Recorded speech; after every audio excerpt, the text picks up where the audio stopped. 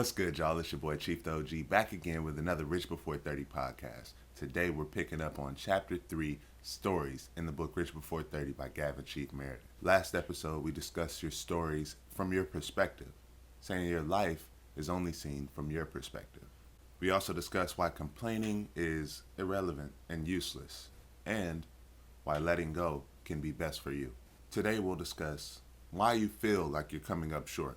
We'll discuss haters and why they hate on you, and how helping someone against their will can turn out bad for you. We will now continue with Chapter 3, Stories in the book Rich Before 30 by Gavin Chief Meredith. If you're reading along, we're beginning on page 99. To be right, but always, letting go is best for you. My old friend, who was my rap group partner when we tried to get a deal with Ray J, ended up taking credit for a company that we had built together. The three of us, me, the songwriter, and the producer, will make up a music empire that will one day rival Rockefeller Records or Bad Boy Records. While my other producer friend continued to produce music and begin other business ventures, I also continued my creative journey. I went on to perform shows, gain fans, and collaborate with other artists, growing my fan base.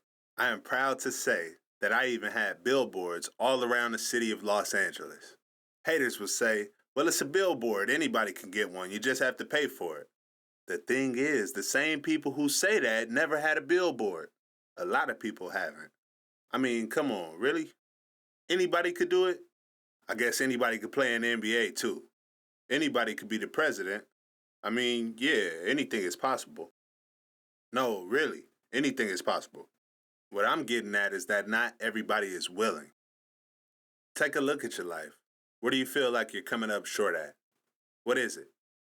Why is it that you feel like you're coming up short in that specific area? I'm betting to say that it's your actual willingness to attack what it is that you want to get done. To gain traction in my music career, I have to use every tool I could find and every idea I could think of. I still feel like I haven't tried everything. As a matter of fact, I know I haven't, because there's always more ways to get it done. My friend who convinced me to record music to be listened to by Ray J, he didn't quite have the work ethic and the drive and the true desire to have success in music. Don't get me wrong, he was, and I'm sure still is, very talented. His talent could awe crowds, but the effort, or better put, his lack of effort and fear of failure held him still as if he was wearing cement shoes. Seriously, we recorded those songs in the winter of 2012. It's almost been 10 years since then. My old friend's lack of effort and his fear of failure have left him in the exact same position he was in back in 2012. No, I'm not saying he can't live a happy life. And his happiness may just not come from striving to succeed in music. My friend took no responsibility or accountability for his actions or his lack of actions. The company we started verbally in 2012 grew with me as an artist. So as I got more popular individually, the company I created with my friend also gained popularity. My old friend began spreading rumors to our closest mutual friends that I had stolen his business that he started. Wait, what? I told you guys the whole get down from the jump. How all of a sudden is it his business alone? Aren't there 3 people who started the business? When you change your life for the better, the people closest to you are the ones who will hate on you the most. They may express their discomfort in all sort of ways. Anger, hurt, bafflement, criticism, snorting every time you talk about your new business or your new friends, constant remarks about how you're not the way you used to be, brow furrowing, worrying, teasing, blocking you from all social media outlets, etc. Sincero. The definition of screwing someone over is taking their money and doing a lousy job, or destroying their water source or enslaving populations. Things like that. Your mother being disappointed or your father disapproving or your friends being outraged does not qualify as screwing someone over. Sincero.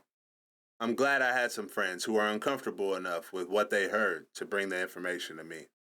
No, don't just think I took somebody else's word for it. If you didn't know, I own and operate my own record label. I got some good practice and experience, which taught me how to handle label artists' music distribution and promotion. As I said earlier, my friend had a strong lack of effort and a strong fear of failure. I encouraged him to finally release his music not just for free, but for the masses with proper packaging and distribution. Distributors charge a yearly renewal fee. I paid to upload his music because I knew he knew nothing about how to distribute his own music, even after I had explained it to him. He just didn't care to handle things like this on his own. In his mind, shit like that was for the label to handle. Well, look at me, now I'm a whole label. In time, this practice became second nature, and I began to upload and distribute music for multiple artists. But my old friend was definitely the first outside of distributing music for myself. One of my friend's songs did well and reached over 100,000 plays, gaining him the income for his music to pay for its own renewal fee. After 2 years had passed, and the plays slowing on my friend's song, the time came for him to finally have to pay his $50 renewal fee. Because of his lack of knowledge and fear of telling me how he truly felt about his music and music career, he ended up holding in resentment for my relentlessness. And because of my success in billboards, my old friend assumed that he should be owed some money. All of a sudden, the company that we had started together had become his company. Like I said, I didn't just take the word of other people. I went to the source. I let my old friend know that it was time to pay his $50 renewal fee. The following conversation was epic. We'll get more into how that conversation ended, but a quote that came to mind from Meek Mill was, rule number 1, never count your homies' pockets. My friend was seeing my success and expecting that he should get some money in return. This makes completely no sense to me. How do you see someone that you know putting in work and succeeding and expect that you're owed something? He took it as far to say that what I had created on my own was his. This led to me diminishing our partnership and that record label and creating my own, The Cross Records. Anyone I had previously done business with, anyone who had helped me on my journey, was a part of my team and honestly had nothing to do with this old partner of mine.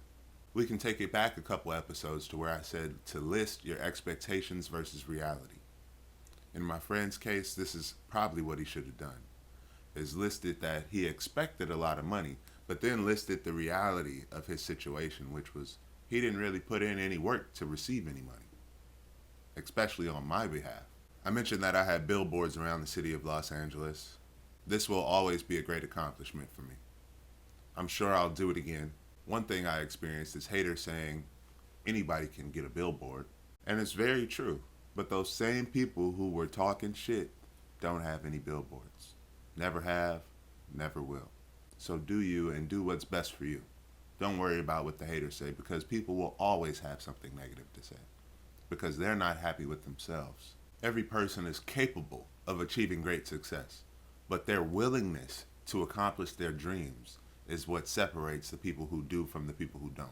You have to be willing to take action.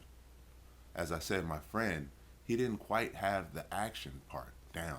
Very talented, but it's a business industry. It's the music business. You have to be business oriented. With anything in life, you got to take chances.